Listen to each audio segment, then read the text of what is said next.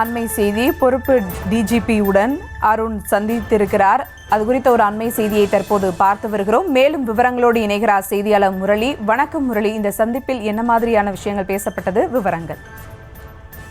வணக்கம்.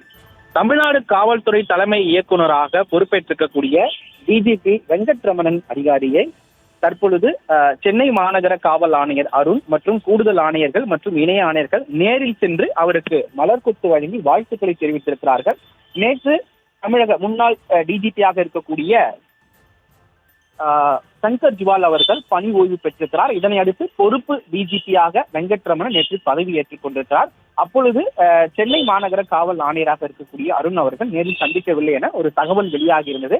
குறிப்பாக நேற்று விநாயகர் சதுர்த்தி முழு தொடர்பாக சிலைகள் கரைக்கும் பணியில் முழு போலீஸ் பாதுகாப்புடன் சென்னை காவல் ஆணையர் மற்றும் இணை ஆணையர் அனைவரும் சென்னை கடற்கரை பாதுகாப்பு ஏற்பாடுகளில் ஈடுபட்டிருந்தார்கள். இந்த நிலையில் 2 மணி முதல் 3 மணி வரை இந்த நிகழ்ச்சியாளர் நடைபெற்றது. இந்த நிகழ்ச்சியில் நேற்று காவல் ஆணையர் அருண் அவர்கள் கலந்து கொள்ளவில்லை.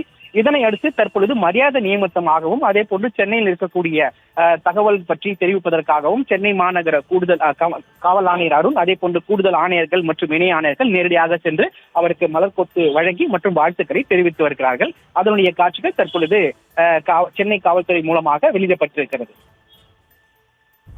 விவரங்களுக்கு நன்றி முரளி.